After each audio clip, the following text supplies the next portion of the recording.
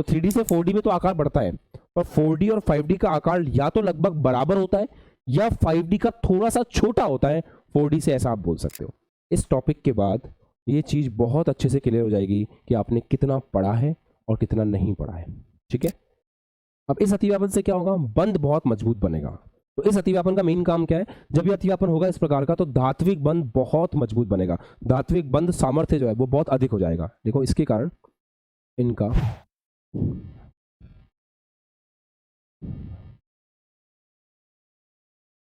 Hello hello, हाँ जी बच्चों, voice एकदम क्लियर आ रहा है, दिखाई एकदम साफ दे रहा है, just raise your hands, everything is fine, start कर सकते हैं। ओके चलिए, तो शुरू कर रहे हैं क्लास को। डीएनए ब्लॉक चैप्टर हमारा चल रहा था, उसी को कंटिन्यू करते हैं। आज हम लोग बात करेंगे आयनन विभव के बारे में। तो सभी बच्चे हेडिंग लगाएंगे, आयनन विभव, आयनन विभव। इसको इंग्लिश में कहते हैं आयोनाइजेशन पोटेंशियल।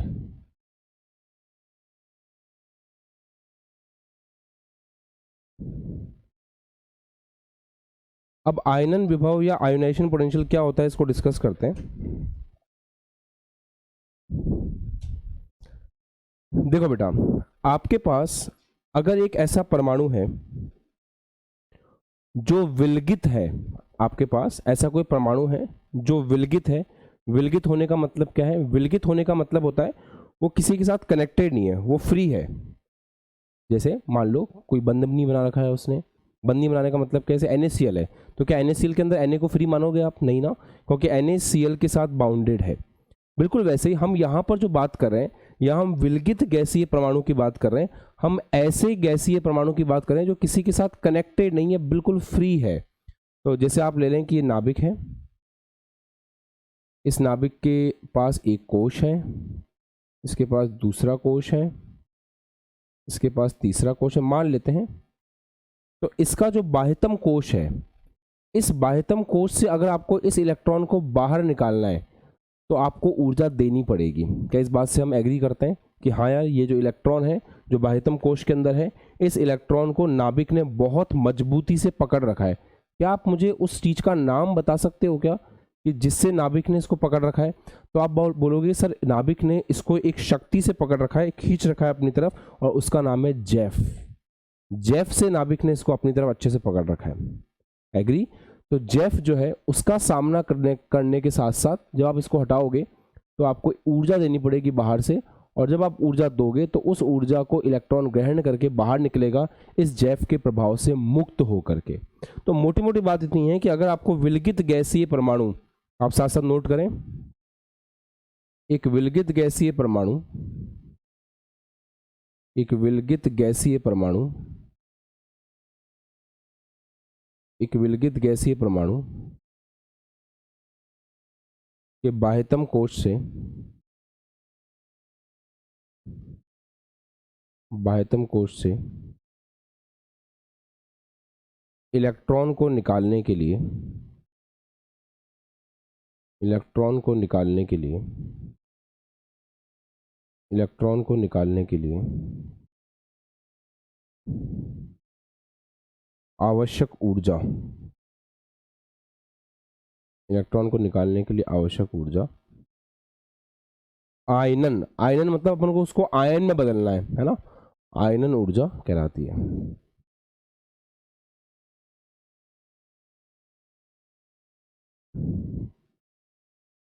आयनन ऊर्जा कहलाती है। नोट कर लीजिए बेटा, एक सेकेंड।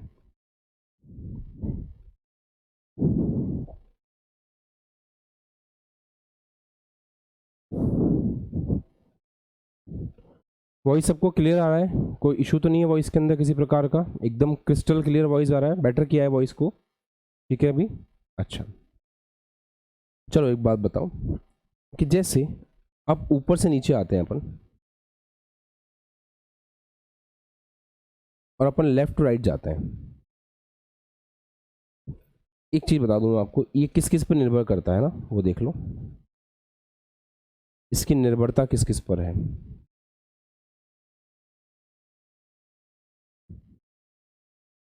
अगर हम इसकी निर्भरता की बात करें, क्रिस्टल क्लियर है, ठीक है। इसको शॉर्ट में आईपी बोलते हैं ना, तो शॉर्ट में इसको आईपी बोलते हैं। ओके, इसकी निर्भरता किस चीज पर है?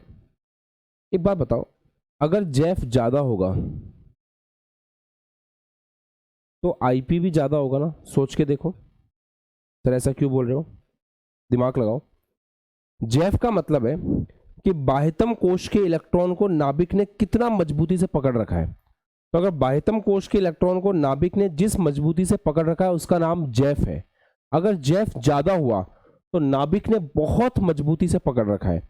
अगर नाभिक ने बहुत मजबूती से पकड़ रखा है तो आपको छुड़ाने में ज़्यादा मेहनत करनी पड़ेगी, और आपको छुड़ाने में ज़्यादा मेहनत करनी पड़ेगी तो डेफिनेट सी बात है कि जेफ का मान जो है वो ज़्यादा आएगा, और जेफ का मान ज़्यादा आएगा तो आईपी का मान भी ज़्यादा आएगा। सिंपल सी बात है। अगर लूजली बाउंड होगा तो जेफ कम होगा, जेफ कम होगा तो आपको कम मेहनत करनी पड़ेगी, कम मेहनत करनी पड़ेगी तो आईपी का मान भी कम आएगा। तो जेफ और आईपी एक दूसरे के क्या है, समानुपाती हैं। दूसरी बात, आपको आकार के साथ कैसा लगता है बेटा?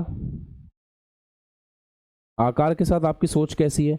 सर आकार जैसे जैसे बढ़ेगा, देखो अगर आकार जैसे जैसे जैसे जैसे बढ़ता जाएगा इसका मतलब यह है कि वो खुद के इलेक्ट्रॉनों को सही से नहीं संभाल पाएगा।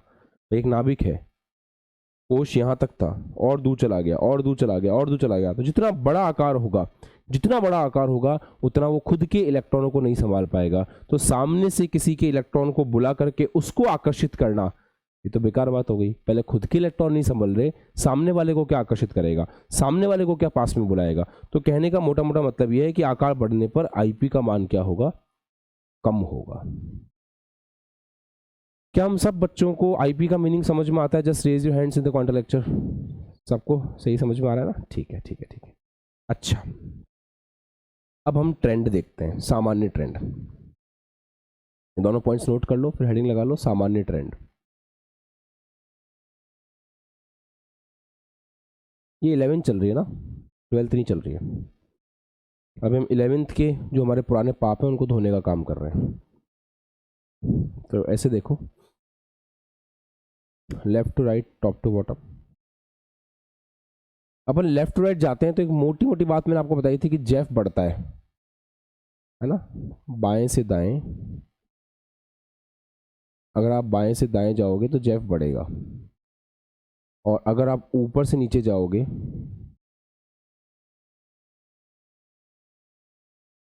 तो जेफ, तो आकार बढ़ेगा। अच्छा, फिर आपको क्या लगता है, क्या मैं ट्रेंड बता पाऊंगा? क्या आप ही बता दोगे या मेरी जरूरत पड़ेगी इसमें आपको? लेफ्ट टू राइट जा रहे हैं, जेफ बढ़ रहा है, जेफ बढ़ रहा है तो आईपी बढ़ेगा, ऐसा रहेगा। ऊपर से नीचे आ रहे हैं तो आकार बढ़ रहा है, आकार बढ़ रहा है मतलब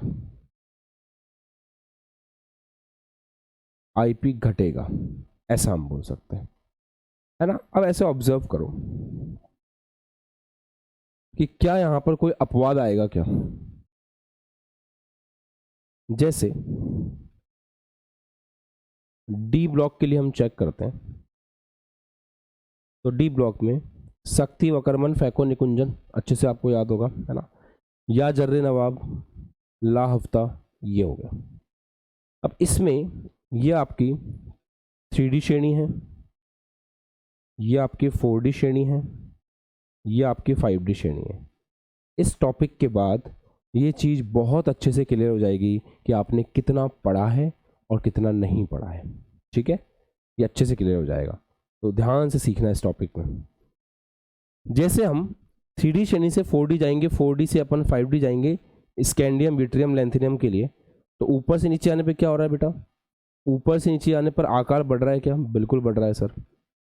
तो आकार बढ़ रहा है, अगर आकार बढ़ रहा है तो आयनन विभव घटेगा कि बढ़ेगा? सर जो आकार के साथ होगा वही आयनन विभव के साथ होगा, तो आकार, सॉरी उसका उल्टा होगा, आकार अगर बढ़ रहा है तो आयनन विभव घटेगा। ये वाला लॉजिक ये रहा, ठीक है। पर एक बात बताओ, अगर ऐसा ही अपन इनके लिए चेक करें, ये जो सेकंड, मतलब कि मान सकते हो कि ये श्रेणी के ग्रुप थर्ड हो गया, हम ग्रुप थर्ड की बात कर रहे हैं। अब हम ग्रुप फोर्थ की बात कर रहे हैं, जर्कोनियम हाफनियम। इसके लिए क्या होगा, अगर मैं ऊपर से नीचे जाऊंगा, अब आपको कुछ याद आ रहा है क्या?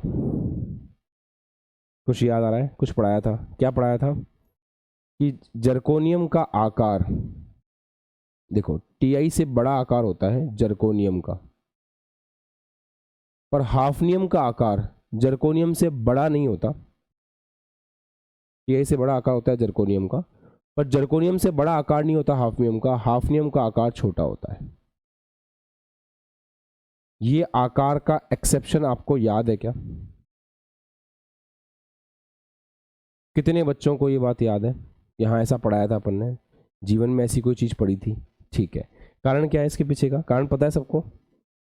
लेंथनम और हाफनियम के बीच में कुछ आ गया था। क्या आ गया था? 4f श्रेणी आ गई थी। तो सारे इलेक्ट्रॉन f में चले गए थे। f का परिरक्षण प्रभाव दुर्बल होता है, याद करो। यहाँ पे f ब्लॉक की एंट्री, यहाँ बीच में।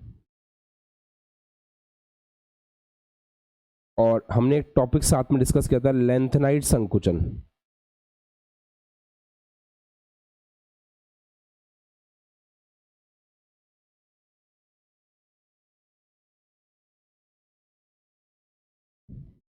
लेंथेनाइड संकुचन के कारण यहां से यहां तक तो आकार बढ़ता है, 3D से 4D श्रेणी में आकार बढ़ता है। ये 3D श्रेणी है ना, ये 3D श्रेणी है, ये 4D श्रेणी है, ये 5D श्रेणी है।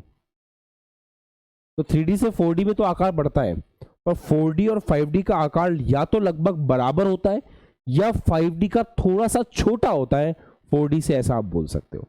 ये हम लोग पढ़ चुके हैं। तो लेंथेनाइड संकुचन के कारण अब अगर मुझे आईपी को कंपेयर करना हो, आयोनाइजेशन पोटेंशियल, आयनन विभव को लिखना हो, तो मैं क्या बोलूंगा? जब मैं टीआई से जर्कोनियम तक जा रहा हूं, मतलब मैं 3D श्रेणी से 4D श्रेणी तक जा रहा हूं, तो क्या हो रहा है? जब हम 3D श्रेणी से 4D श्रेणी पे जा रहे हैं तो आकार बढ़ रहा है। यहां से यहां तक, यहां से यहां तक तो आकार बढ़ रहा है, कोई दिक्कत नहीं है। अगेन पूरा फोकस क्लास में, यहां से यहां तक तो आकार बढ़ रहा है, कोई टेंशन नहीं है, कोई दिक्कत नहीं है। आकार बढ़ने का मतलब क्या होता है निशा? आकार बढ़ने का मतलब क्या होता है? आकार बढ़ने का मतलब ये होता है कि आईपी घटेगा। आ जाओ इधर, ये देखो। अब इसको ऐसे भी ले सकते हो बेटा, कोई टेंशन नहीं है कि आकार और आईपी एक दूसरे के व्युत्क्रमानुपाती हैं। तो अगर हम यहां से यहां तक जा रहे हैं तो आकार बढ़ रहा है, देखो आकार बढ़ रहा है, आकार बढ़ रहा है तो आईपी घटेगा, मतलब 3D श्रेणी का आईपी ज्यादा होगा 4D से। तो 3D श्रेणी का आईपी ज्यादा होगा 4D से, ऐसा है। आकार बढ़ रहा है तो आईपी घटेगा। अब जर्कोनियम से हाफनियम तक जा रहे हैं, तो जर्कोनियम से हाफनियम तक जाने पे आकार घट रहा है, एक्सेप्शन, अपवाद के रूप में आकार घट रहा है, वैसे नहीं घटता, अपवाद के रूप में आकार घट रहा है। तो आकार घट रहा है तो आईपी बढ़ेगा, तो 4D का आईपी ज्यादा होगा। 4D का जो आईपी है वो, सॉरी 5D का जो आईपी है वो ज्यादा होगा 4D से। तो ये वापस से ऐसा हो जाएगा,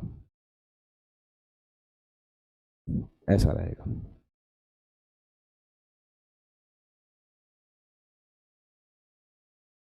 ऐसा रहेगा। जस्ट रेज योर हैंड्स अगर बातें समझ में आ गई हैं तो। इरफान ठीक है ना? एक बार वापस देख ले। अगर आप पुराने टॉपिक्स को अच्छे से पढ़ोगे ना, मतलब पुराने का मतलब ये नहीं है 1 साल पुराने टॉपिक, अभी जो लास्ट क्लास में पढ़ाया गया था उसको अगर अच्छे से पढ़ोगे तो बहुत अच्छा चैप्टर है, पूरा पूरा बच्चों को समझ में आता है, पूरे पूरे नंबर आते हैं, कहीं कोई मिलावट की बात नहीं है इस चैप्टर में। बस कंसेप्ट पता होने चाहिए। कंसेप्ट क्या है? जब हम ऊपर से नीचे जा रहे हैं तो आकार बढ़ता है। बस एक्सेप्शन कहाँ पे आ गया? जर्कोनियम से हाफनियम में आकार घट गया। क्यों घट गया? क्योंकि एफ ब्लॉक की एंट्री, लेंथेनाइड संकुचन, पहले वाली बात।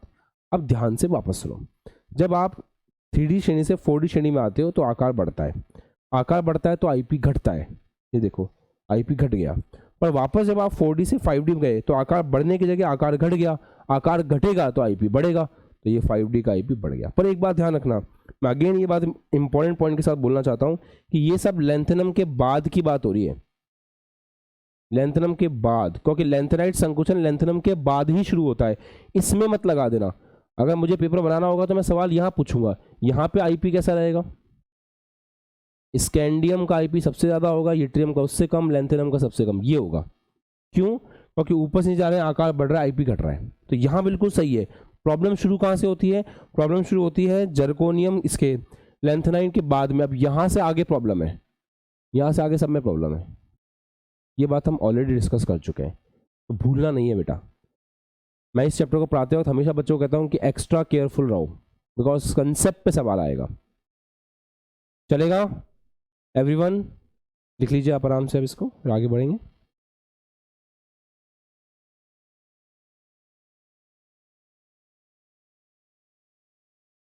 जैसे लास्ट में जिंक, कैडमियम, मरकरी के लिए भी लिख पाएंगे क्या? ये जिंक, कैडमियम, मरकरी हम आगे इसके लिए लिख पाएंगे क्या? Zinc, cadmium, mercury, sorry. तो जिंक, कैडमियम, मरकरी के लिए से लिखेंगे जिंक का आकार, कैडमियम का आकार बड़ा है तो कैडमियम का छोटा होगा, मतलब कम होगा आईपी, पर कैडमियम से मरकरी में आकार घट गया तो आईपी बढ़ जाएगा, ऐसा होगा। ये देखो एग्जांपल के तौर पे, है ना।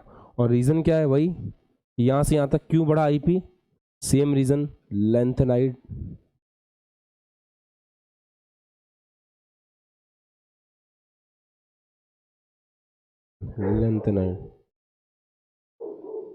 लैंथेनाइड संकोचन। छाप लीजिए, आराम से लिख लीजिए, कोई दिक्कत।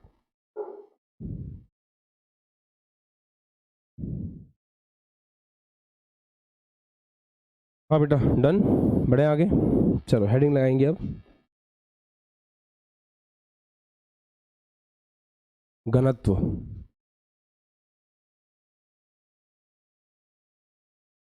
घनत्व के बारे में डिस्कस करते हैं कि घनत्व का ट्रेंड कैसा होता है, डेंसिटी का ट्रेंड कैसा है।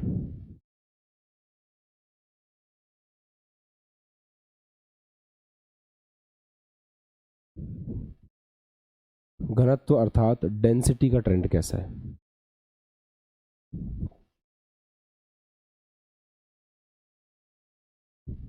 Okay, so please observe, start करते हैं।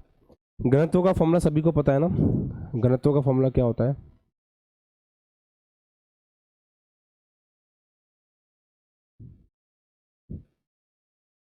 द्रव्यमान बटा आयतन। देखो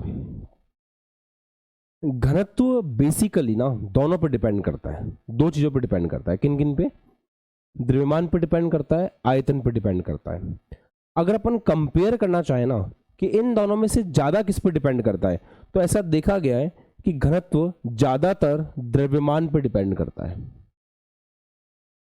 अब शक्ति वक्रमण फैको निकुंजन के बारे में थोड़ा बहुत आइडिया है आपको कि सीरीज में श्रेणी में आखिर हो क्या रहा है? सबका ध्यान बोर्ड पे। शक्ति वक्रमण,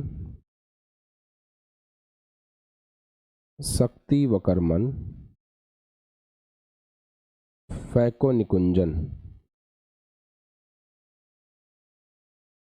क्या हमको इसका थोड़ा बहुत आइडिया है? बिल्कुल है सर। कैसे? सर स्टार्टिंग में आकार घटता है, फिर आकार लगभग वही रहता है, फिर लास्ट में आकार बढ़ जाता है, ऐसा होता है। शक्ति वक्रमण फैको निकुंजन कुछ कुछ याद आ रहा है कि जब लेफ्ट टू राइट जाएंगे तो पहले आकार धीरे धीरे घटेगा घटेगा घटेगा घटेगा, फिर लगभग सेम हो जाएगा, फिर बढ़ना शुरू करेगा और लास्ट में बढ़ेगा। तो मैंने आपको क्या बोला? और हाँ एक और चीज, लेफ्ट टू राइट जाने तो क्या हो रहा है? लेफ्ट टू राइट जाने तो द्रव्यमान तो बढ़ ही रहा है, क्योंकि लेफ्ट टू राइट आप जाओगे तो प्रोटॉन भी बढ़ रहे हैं, न्यूट्रॉन भी बढ़ रहे हैं। तो लेफ्ट टू राइट अगर मैं इसको ऐसा बोलूं कि द्रव्यमान बटा आयतन, तो लेफ्ट टू राइट द्रव्यमान तो बढ़ ही रहा है। तो क्योंकि लेफ्ट टू राइट जाने पर प्यारे बच्चों द्रव्यमान में वृद्धि हो रही है, तो घनत्व के साथ क्या होना चाहिए? अगर द्रव्यमान बढ़ रहा है तो घनत्व भी बढ़ना चाहिए। सही है? तो बिल्कुल सही बात है। यहां से यहां तक घनत्व बढ़ता है, तो स्कैंडियम से ज़्यादा घनत्व होता है आपका Ti, फिर V कर लो, ऐसे लिख लो। घनत्व बढ़ता है बढ़ता है बढ़ता है बढ़ता है बढ़ता है। ध्यान से सुनना, सबका ध्यान बोर्ड पे, मतलब बोर्ड पे, इधर उधर कुछ नहीं। फिर क्या होता है? यहाँ पे धोखा होता है लास्ट में। यहाँ क्या हुआ? जब आप कॉपर से जिंक पे जाते हो ना, तो आप ऑब्जर्व कर रहे होगे कि आकार में अच्छी खासी वृद्धि हो गई। तो कॉपर से जिंक में जाते हैं तो V बहुत ज्यादा बढ़ता है। देखो यहां से लेके यहां तक तो द्रव्यमान जो है वो प्रभावी है, द्रव्यमान में वृद्धि के हिसाब से आपका घनत्व तो चेंज हो रहा है। पर जैसे ही अपन कॉपर से जिंक की तरफ मूव करते हैं ये चीज आयतन पे आ जाती है। तो जैसे आयतन पे आएगी, अगर V बढ़ेगा तो डेंसिटी D बराबर क्या है, m/v। तो अगर V बहुत ज्यादा बढ़ चुका है तो D क्या हो जाएगा, कम हो जाएगा। तो लास्ट में, बस लास्ट में ये देखने को मिलता है कि यहाँ पर हल्का सा D कम हो जाता है, या हल्का सा घनत्व कम हो जाता है। लॉजिकल रीजन है, इसमें कोई ऐसी बहुत बड़ी बात नहीं, हम लॉजिकल इस बात को एक्सेप्ट भी कर सकते हैं, समझ भी सकते हैं कि ऐसा क्यों हो रहा है। ठीक है, पक्का? नींद खुल गई है? नींद खुल गई है? अब आदत डाल लो बेटा, वैसे भी अब तुम्हारी छुट्टियां खत्म हो जाएंगी तो फिर तुम्हें क्या करना है, सुबह उठना है 5 बजे। तो जस्ट प्रिपेयर योरसेल्फ अकॉर्डिंगली, है ना। चलो अब अगली श्रेणी का क्या तुम खुद लिख सकते हो, या जर्रे नवाब मोहे तो रूह रही पड़ी आग में कूद, याद है? उसका खुद लिख लोगे। उसमें कहाँ चेंज आएगा, सबसे लास्ट में, जहां पे आपका याद करो सिल्वर के बाद में क्या आता है, कैडमियम आता है। तो सिल्वर से कैडमियम पे आकार एकदम से बढ़ेगा तो कैडमियम के लिए घनत्व घटेगा। तो आपके यूट्रियम से लेकर के सिल्वर तक तो घनत्व कम होगा, है ना, बढ़ेगा, बढ़ेगा, सही है, बढ़ेगा। तो यहाँ पे अगर मैं वैसे लिखता हूँ अगली श्रेणी की, तो यूट्रियम से घनत्व बढ़ते बढ़ते बढ़ते बढ़ते बढ़ते बढ़ते बढ़ते बढ़ते लास्ट तक बढ़ेगा, सिल्वर तक बढ़ेगा, फिर एकदम से कैडमियम के लिए कम होगा। ऐसा क्यों? यहां कम होगा, यहां दोनों केस में डी घटेगा। क्यों? क्योंकि V बढ़ रहा है। ऐसे लिख लो बेटा, बना लो डायग्राम, लिख लो।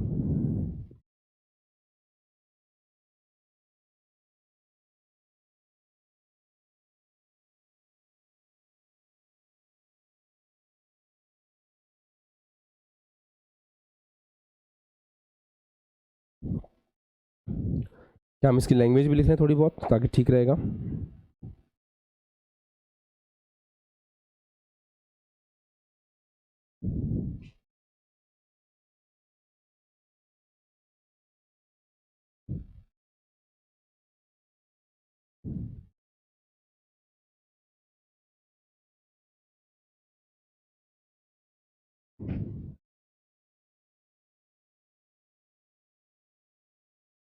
आवर्त में बाएं से दाएं जाने पर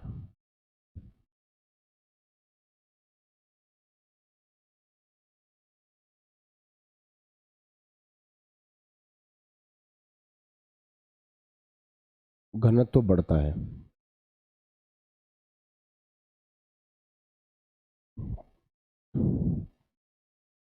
घनत्व सामान्यतः द्रव्यमान वृद्धि के साथ, द्रव्यमान के बढ़ने के साथ, द्रव्यमान के बढ़ने के साथ, घनत्व सामान्यतः द्रव्यमान के बढ़ने के साथ बढ़ता है। परंतु कॉपर तथा कॉपर से जिंक में, कॉपर से जिंक में या मरकरी से कैडमियम में, है ना बेटा, कॉपर से जिंक में या मरकरी से कैडमियम में आयतन में अधिक वृद्धि होने के कारण, अधिक वृद्धि होने के कारण, वृद्धि होने के कारण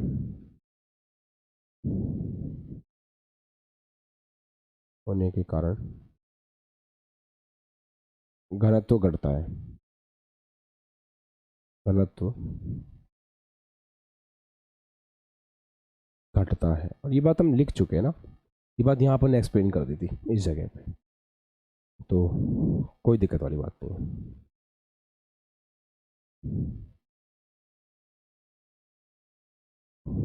देखो वैसे तो आईपी और आईई में फ़र्क होता है, आयनन विभव और आयनन एंथैल्पी में फ़र्क होता है, पर वो फ़र्क अभी हम बोर्ड लेवल पर डिस्कस नहीं कर रहे हैं। हमने जेई लेवल पर ऑलरेडी डिस्कस कर रखा है, तो मैं वो क्लास आपको बता दूंगा, आप उसमें से देख के थोड़ा आइडिया लगा सकते हो। बाकी उतना डिटेल में भी जाना नहीं है, बहुत ज़्यादा डिटेल में जाके नहीं पढ़ना है। अभी जितना नीड है मैं सारा बताता हूँ, चल रहा हूँ साथ साथ।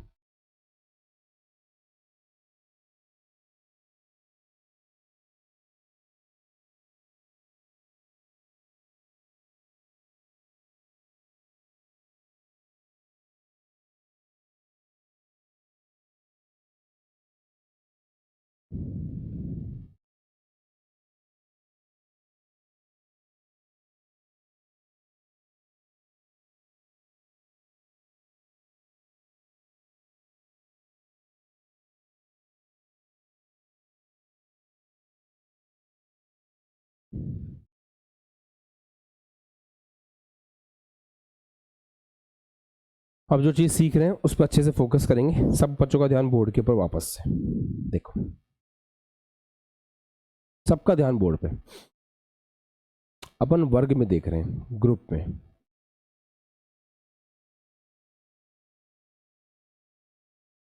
इधर उधर कहीं भी ध्यान है हटा दो, बोर्ड पे ले आओ।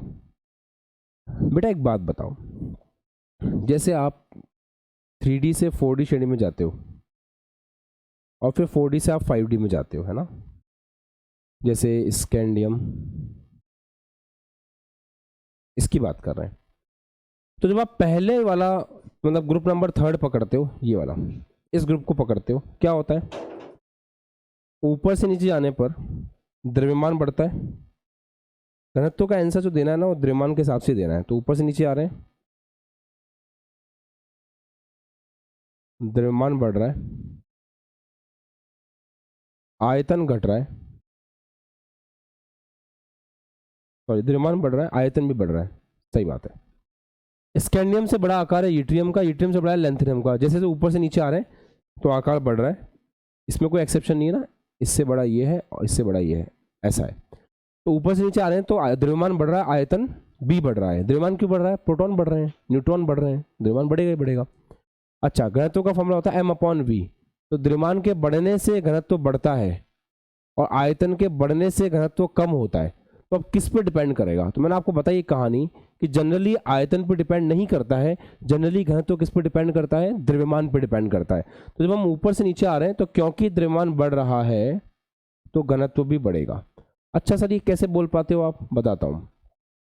मान लो द्रव्यमान जो है वो 10 गुना बढ़ा या दुगना बढ़ा, मान लेते हैं। पहले द्रव्यमान 10 था, मान लेते हैं द्रव्यमान 10 से 20 हुआ, मान लेते हैं।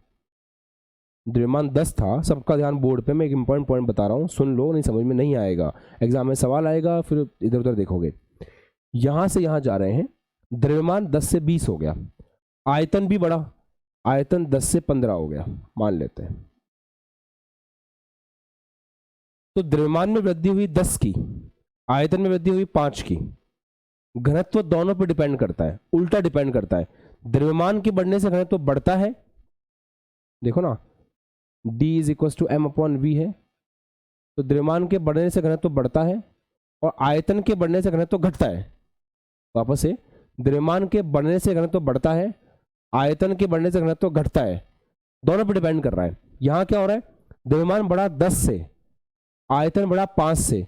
तो द्रव्यमान ने 10 की वृद्धि करी, आयतन ने 5 की कमी करी, तो ओवरऑल किसका इफेक्ट ज्यादा आ रहा है, द्रव्यमान का ज्यादा आ रहा है। क्योंकि द्रव्यमान 10 से बढ़ा, उसने घनत्व को 10 से बढ़ाया, आयतन 5 से बढ़ा, उसने घनत्व को 5 से कम किया, तो ओवरऑल इफेक्ट किसका आया, द्रव्यमान का।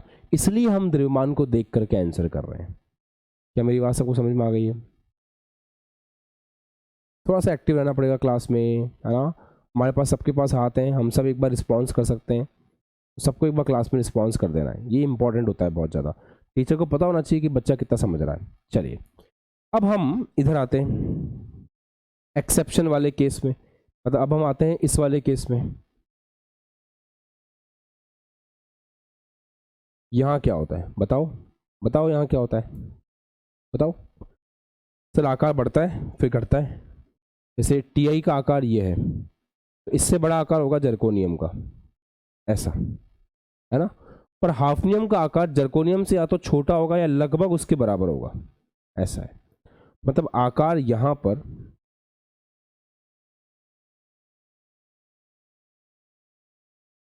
लगभग समान रहता है।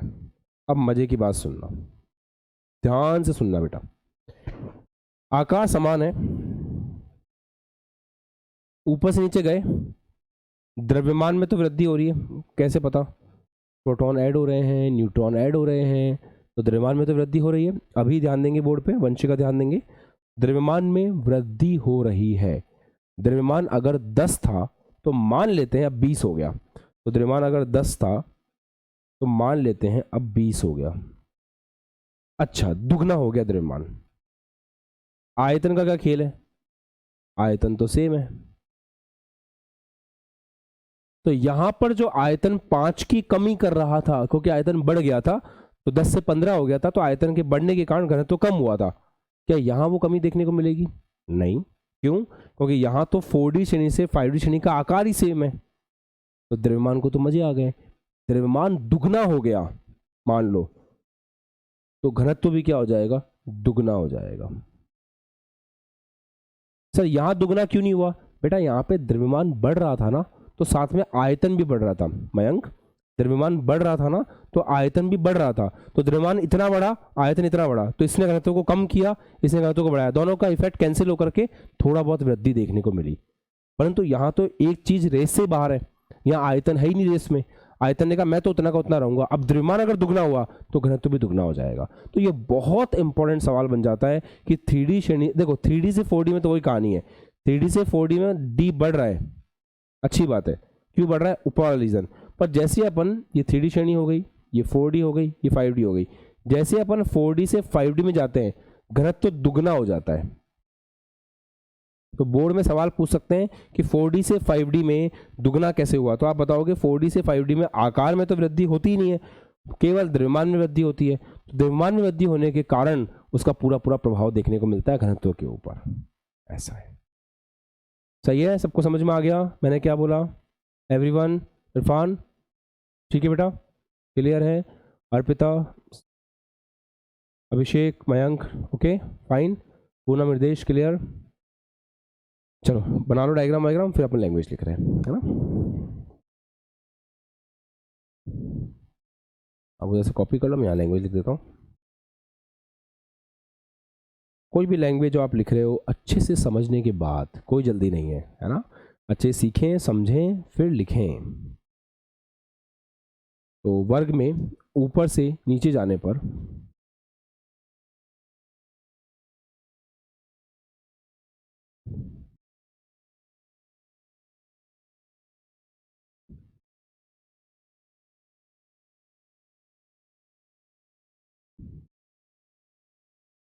वर्ग में ऊपर से नीचे जाने पर घनत्व की निर्भरता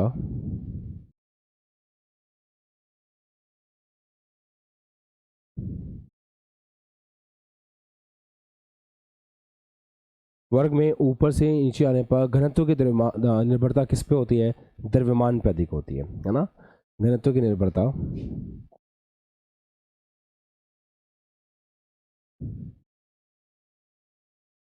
द्रव्यमान पर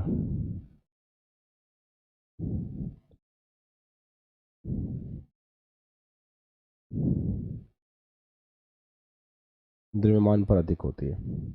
अतः वर्ग में ऊपर से नीचे आने पर घनत्व सामान्यतः बढ़ता है। अतः वर्ग में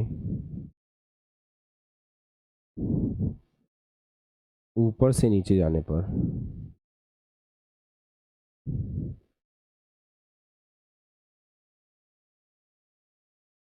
ऊपर से नीचे जाने पर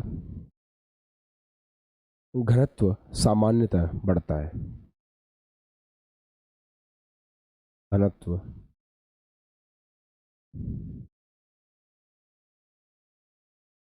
सामान्यतः बढ़ता है। ठीक है, ये अपन ने किस पॉइंट के लिए लिखा है? अपन ने इसके लिए लिखा है। अब वो जो अपवाद आ रहा है ना 4D श्रेणी 5D श्रेणी वाला, देखते हैं बेटा। मैं फिर से बोल रहा हूँ, आप जो भी कंसेप्ट पढ़ रहे हो ना उसको ईमानदारी से पढ़ोगे, कहीं ऐसा गलती ना हो जाए हमसे। एग्जाम में सवाल पूछ ले कि स्कैंडियम से यूट्रियम, यूट्रियम से लेंथेनम के लिए एक्सप्लेन करो, और हम तो रट्टू तोते थे, हम तो रट के गए थे कि 4D श्रेणी से 5D श्रेणी में आकार सेम रहता है, घनत्व दुगना हो जाता है, सर ने रटवाया था रट लो। ऐसा नहीं करना ना, क्योंकि आपको पता है कि जो भी चीज़ होनी है वो स्कैंडियम, यूट्रियम, लेंथरम, लेंथरम के बाद ये सब कुछ है, लेंथरम के पहले नहीं है। ऐसे आकार में भी आपको पता होना चाहिए, हर चीज में, आयनन विभव में भी। अगर आप इस वाले की बात, इसे मैं बार बार लिख रहा हूं, स्कैंडियम, यूट्रियम और लेंथरम में कोई एक्सेप्शन, कोई अपवाद नहीं है। अपवाद की शुरुआत केवल कहाँ होती है? लेंथरम के बाद से होती है। हाँ, ये है कि फिर वो पीरियोडिक टेबल में पूरा कंटिन्यू करता है, वो पी ब्लॉक तक कंटिन्यू करता है, पर शुरुआत बेटा इसके बाद में है। We must understand this, we must remember this during the exam, ठीक है। अच्छा, अब हम उस अपवाद की बात करते हैं। तो अपवाद के लिए हम लोग नोट कर रहे हैं, तो चलो लिखो। 4D व 5D का आकार, 4D व 5D का आकार, 4D व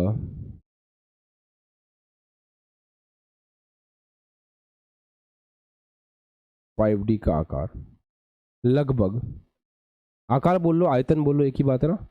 तो आकार या आयतन, तो 4D व 5D का आकार स्लैश आयतन लगभग समान रहता है, लगभग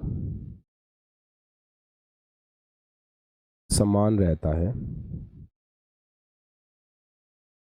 लगभग समान रहता है। अतः द्रव्यमान की वृद्धि से, अतः द्रव्यमान की वृद्धि से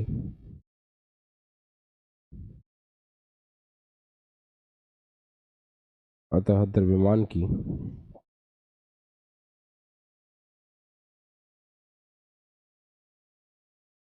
वृद्धि से जो द्रव्यमान बढ़ता है ना, उससे जो आयतन है वो लगभग फिक्स हो गया। तो द्रव्यमान डबल हुआ तो घनत्व भी दुगना हो जाएगा। तो द्रव्यमान की वृद्धि से घनत्व, डेंसिटी, तो जो आपका घनत्व है वो लगभग दुगना हो जाता है ना।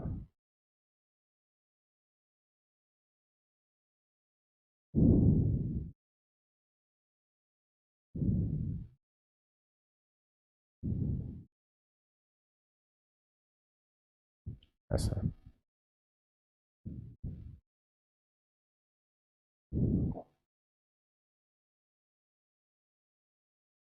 So this is the point, और ये आपने नोट कर ही लिया था, ठीक है। देख लो लैंग्वेज।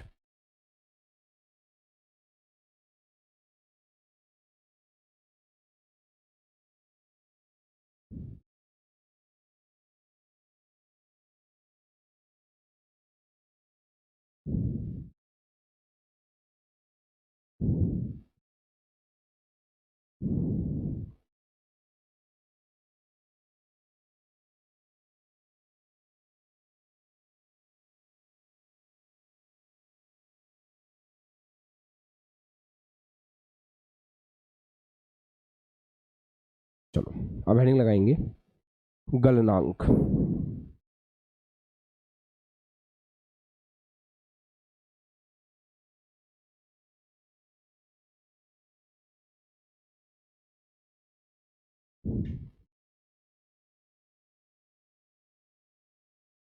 सब बच्चे ध्यान से सुनेंगे गलनांक में कैसे लिखते हैं। देखो,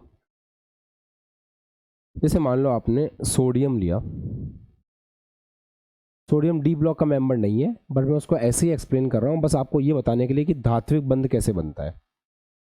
तो एक सोडियम को दूसरे सोडियम में क्या इंटरेस्ट हो सकता है वो देखते हैं, है ना। एक सोडियम का दूसरे सोडियम में क्या इंटरेस्ट है वो देखते हैं। तो एक सोडियम का दूसरे सोडियम में इंटरेस्ट ये है, सोडियम ने तय किया भाई साथ में तो रहना है, पर जब सोडियम ने साथ में रहने की सोची तो इनको कोई ऐसा रीज़न नहीं मिला जिससे इनको साथ में रहना चाहिए। एक सोडियम को दूसरे सोडियम के साथ रहने के लिए कोई ऐसा रीज़न नहीं मिला। क्यों नहीं मिला रीज़न, उसके पीछे कारण समझो। क्या एक सोडियम दूसरे सोडियम के साथ किसी रीज़न से रह सकता है? सर रहता तो है, तो हमें पता है, लोहा भी रहता है। बात सोडियम की नहीं है, केवल आयरन के साथ भी ऐसा ही है। जो आयरन है, एक Fe दूसरे Fe के साथ ऐसे ही रहता है। कहानी है तो सही, ऐसे Fe रहते हैं आपस में। पर हमको ये समझना पड़ेगा कि आपस में इतना प्रेम से रहते क्यों हैं, क्या रीज़न है इसके पीछे, क्या इनका आपस में इंटरेस्ट है जिससे ये एक दूसरे के साथ रहते हैं। तो उस इंटरेस्ट को समझने की कोशिश करते हैं। एक्चुअली हुआ क्या, सोडियम ने क्या किया, सोडियम ने एक एक इलेक्ट्रॉन बाहर निकाला। तो जब सोडियम एक एक इलेक्ट्रॉन बाहर निकालता है तो हर सोडियम सोडियम प्लस बन जाता है। ये देखो ऐसे, तो ये इलेक्ट्रॉन ऐसे बाहर निकाल देता है, ये चीज है।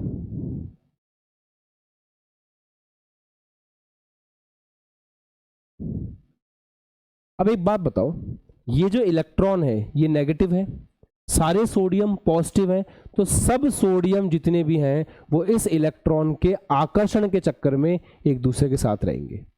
पहले एक सोडियम को दूसरे सोडियम के साथ रहने के लिए कोई रीजन नहीं था, किसी प्रकार का कोई रीजन नहीं था कि क्यों दोनों साथ में रहें।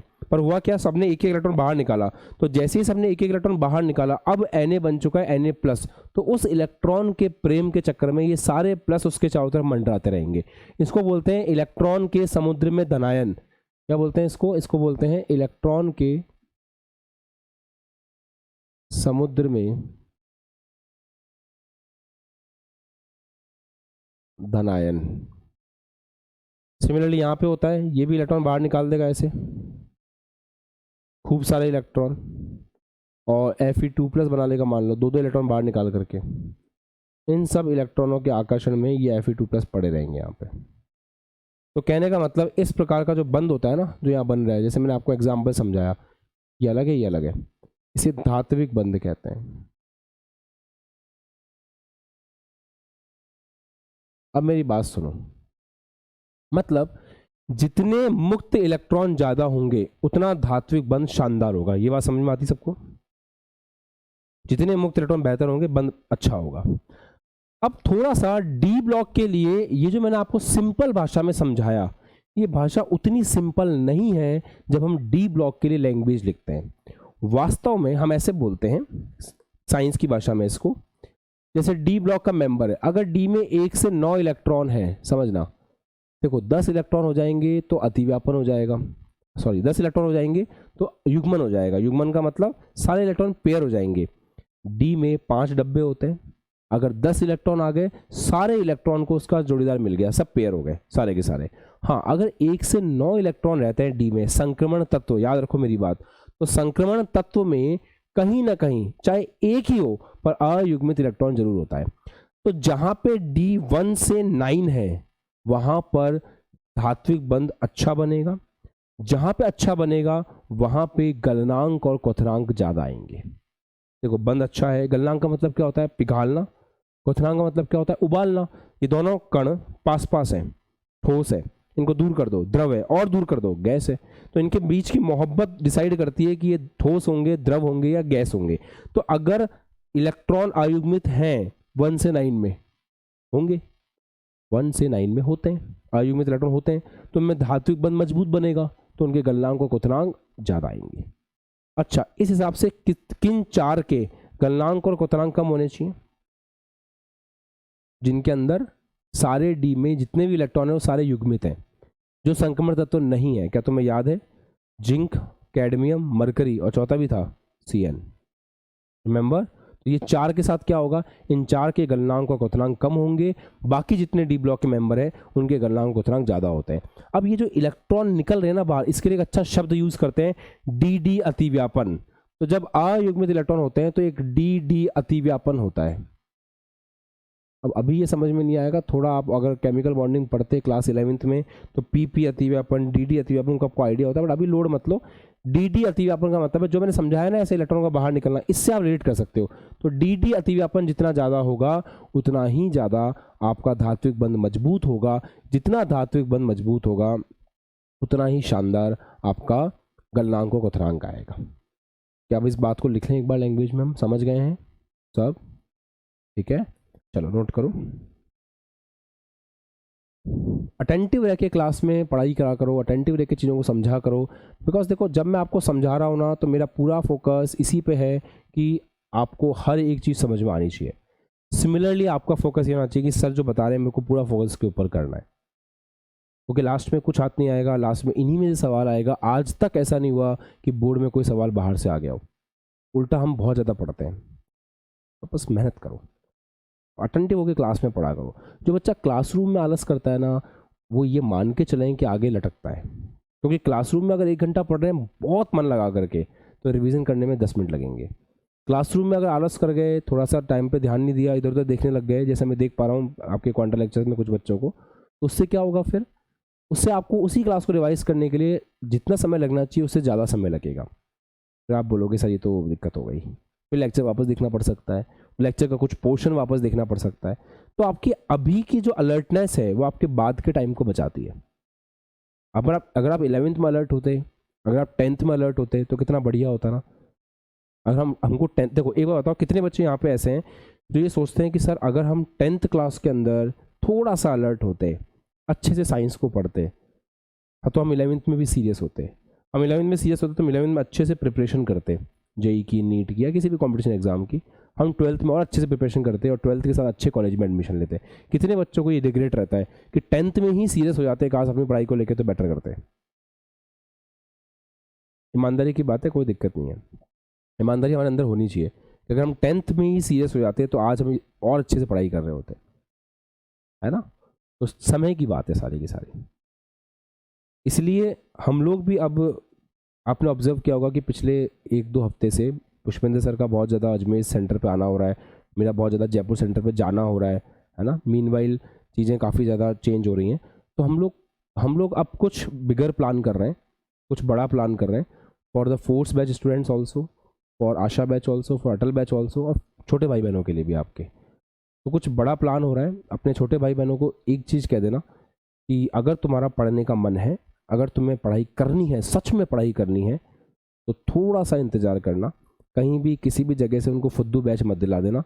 मैं कुछ बहुत अच्छा प्लान कर रहा हूँ 10th क्लास के लिए भी, 9th क्लास के लिए भी, वो बहुत जल्दी आपके सामने आएगा। But at the same time आप उनको बस सीरियस करो। आप उनको ये बोलो कि पढ़ना ज़रूरी होता है। आप अपना एक्सपीरियंस शेयर नहीं करते हो ना। आप कभी देखो, हमें अपनी कमियाँ एक्सेप्ट करने में दिक्कत होती है यार। हम अपनी कमी एक्सेप्ट करते हैं ना कि लास्ट ईयर हमारे बच्चों का इंटरेक्शन कम था। क्यों कम था? क्योंकि हमारे पास केवल चैट एक ऑप्शन था। इस साल इंटरेक्शन बढ़ गया है। क्यों बढ़ गया? क्योंकि क्वार्टर लेक्चर्स आ गए। तो अगर हम एक्सेप्ट ही नहीं करेंगे अनुज कि हम लास्ट ईयर कैसे थे, इस साल कैसे हैं, क्या हम इम्प्रूव कर सकते हैं क्या, या हमने क्या गलतियाँ की हैं, तो हम कभी भी बड़े नहीं बन पाएंगे। तो always accept your mistake, share with your juniors, उनको बताओ, ताकि कल को वो लाइफ में कुछ अच्छा करें तो मैं थैंक यू तो बोलेंगे। तो ज्ञान तो बांटने से ही बढ़ता है ना। अब मैं अपने अंदर रख लूँ सारा ज्ञान तो फिर कैसे होगा। लिखिए, तो गलनांक की बात करें, डी ब्लॉक के लिए लिख रहे हैं, लिखो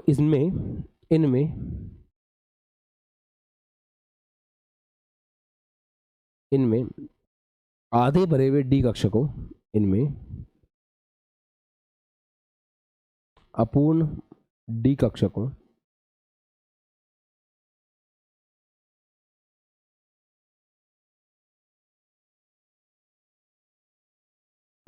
कक्षकों में अतिव्यापन, इनमें अपूर्ण डी कक्षकों में अतिव्यापन होता है। अपूर्ण डी कक्षकों में अतिव्यापन होता है और इसे डी डी अतिव्यापन कहते हैं। अतिव्यापन मतलब मिक्स होना ऐसे, और इसे डी डी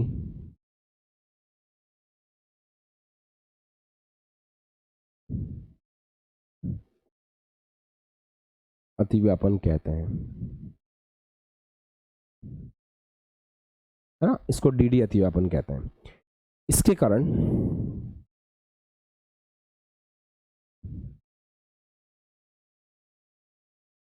अब इस अतिव्यापन से क्या होगा, बंध बहुत मजबूत बनेगा।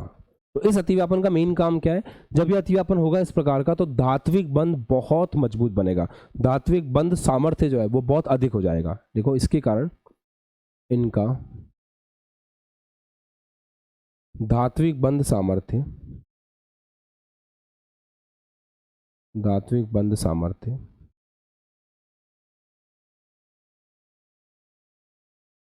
अधिक हो जाता है।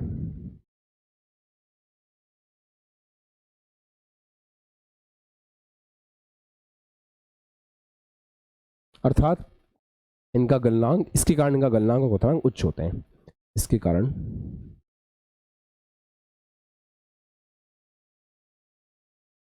इनका गलनांक एवं क्वथनांक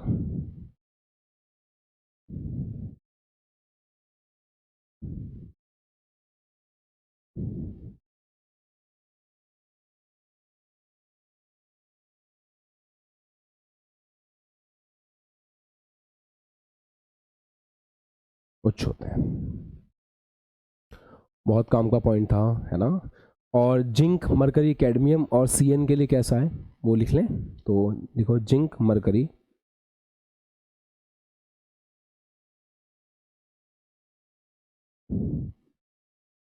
तथा सीएन, ये चार जो है इनमें n-1 d कक्षक पूरे भरे होते हैं। में n-1 d कक्षक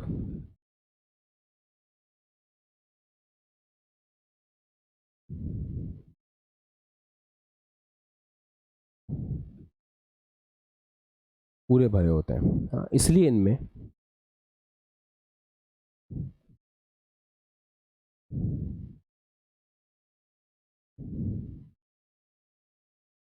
डी अतिव्यापन नहीं हो पाएगा, है ना। इसलिए इनमें डी अतिव्यापन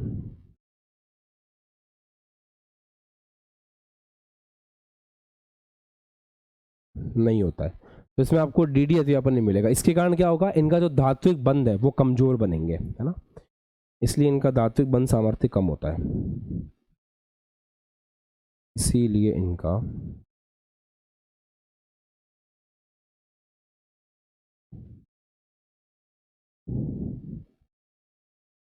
धात्विक बंध सामर्थ्य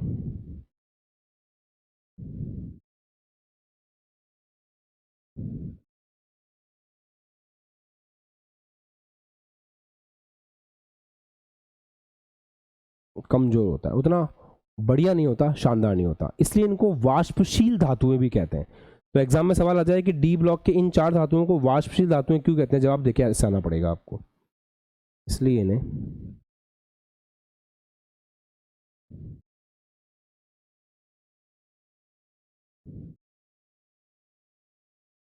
वाष्पशील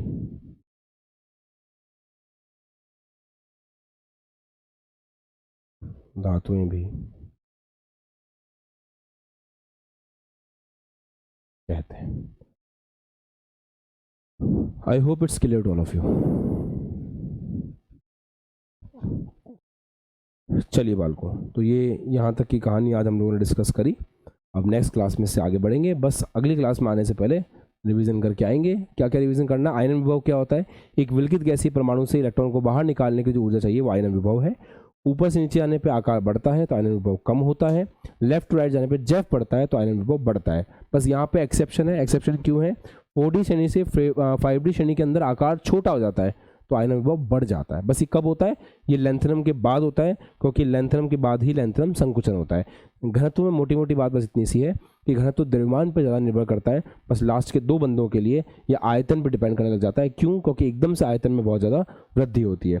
ऊपर से नीचे आने पर जो है आपका आकार बढ़ता है 3D से 4D में, फिर वापस कम हो जाता है। तो आकार अगर कम होता है या फिर लगभग समान रहता है तो द्रव्यमान में वृद्धि तो हो रही है, तो आयतन में फिक्स हो गया, द्रव्यमान में डबल वृद्धि हो गई। इस तरह से आप बोल सकते हो कि घनत्व भी दुगना हो जाता है। पर कब, वापस वही बात, लेंथनम के बाद में, लेंथनम से पहले नहीं। लेंथनम तक तो नॉर्मल चीज़ है। अच्छा, उसके बाद गलनांक की बात करें तो डी अतिव्यापन का खेल है। जब इलेक्ट्रॉन 1 से 9 के बीच में होंगे तो उससे क्या होगा, उससे डी में अयुग्मित इलेक्ट्रॉन रहेंगे तो डी अतिव्यापन शानदार तरीके से होगा। जब डी अतिव्यापन शानदार तरीके से होगा तो वहां पर धात्विक बंध मजबूत बनेगा। जब धात्विक बंध मजबूत बनेगा तो गलनांक क्वथनांक ज़्यादा आएंगे। तो चार लोगों में कमी मिलेगी, जिंक, कैडमियम, मरकरी। और इसमें क्यों कमी मिल रही है, संक्रमण तत्व नहीं है। इसलिए मैंने कहा था ना, आपको पॉइंट लिखवाया था अगर याद हो, कि संक्रमण तत्व में धात्विक बंध मजबूत बनते हैं। आज वो पॉइंट लिंक हुआ है कहीं ना कहीं। अच्छा, इस तरीके से ठीक है। तो नेक्स्ट क्लास में रिवाइज करके आएंगे। अब अपन फिजिक्स क्लास स्टार्ट कर रहे हैं। ओके।